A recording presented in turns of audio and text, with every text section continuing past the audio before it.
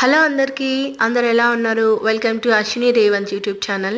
ఈరోజు నేను ఈ నూనెకాయ చేసుకుంటా ఒక పాట గుర్తొచ్చింది. అది పాడుతూ అలా చేశాను. ఏంటంటే అది ఆహా ఏమి రుచి తినరామై మరచి రోజు తిన్నా మరి మోజే తీరనిది ఇంకా చెప్పాలా వంకాయేనండి అని ఈ సాంగ్ బాగా గుర్తొచ్చింది. ఈ సాంగ్ పాడుతూ అలా వంకాయ చేసుకుంటూ ఉన్నాము. సరే, ఇంకా పాటలు ఆపేస్తే మనం రెసిపీలోకి వెళ్ళిపోదామా. మేము ఎలా చేస్తామన్నది ఇందులో చూపించాను. ఒకసారి ట్రై చేయండి. ఇలా కూడా చాలా బాగుంటుంది. ఫస్ట్ వంకాయలన్నిటినీ కట్ చేసుకొని ఉప్పు నీళ్ళలో వేసి పెట్టుకోండి. తర్వాత ఒక టమాటో కట్ చేసుకోండి.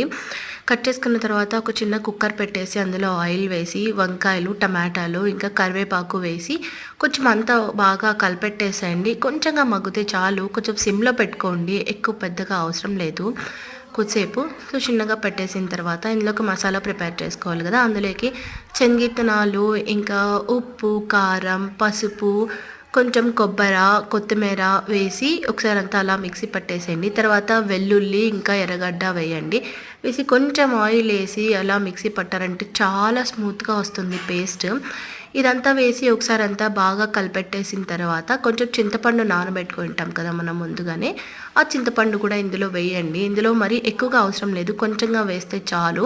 ఆ చింతపండు నీళ్ళు కూడా వేసుకున్న తర్వాత మనకి గ్రేవీ ఎలా అయితే కావాలనుకుంటే, థిక్గా కావాలనుకుంటే కొంచెం నీళ్ళు తక్కువగా వేయండి.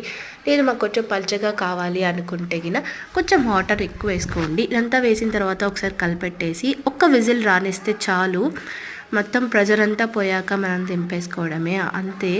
చాలా బాగుంటుంది. ఒకసారి ట్రై చేయండి. ఇది సద్దరొట్ట కాంబినేషన్లో తినండి, చాలా బాగుంటుంది. సరే అయితే మరి ఎందుకండి అంత మొహమాటం పడతారు? సబ్స్క్రైబ్ చేసుకోవచ్చు కదా, పర్లేదు సబ్స్క్రైబ్ చేయండి. ఓకేనా? లైక్ చేయండి, షేర్ చేయండి. ఓకేనా? ఓకే మరి అయితే బాయ్. లాస్ట్లో మీరు కూడా టేస్ట్ చేసేయండి. సద్దరొట్ట నూనెకాయ ఎలా ఉందో చెప్పండి, ట్రై చేయండి. ఓకే మరి బాయ్ బాయ్.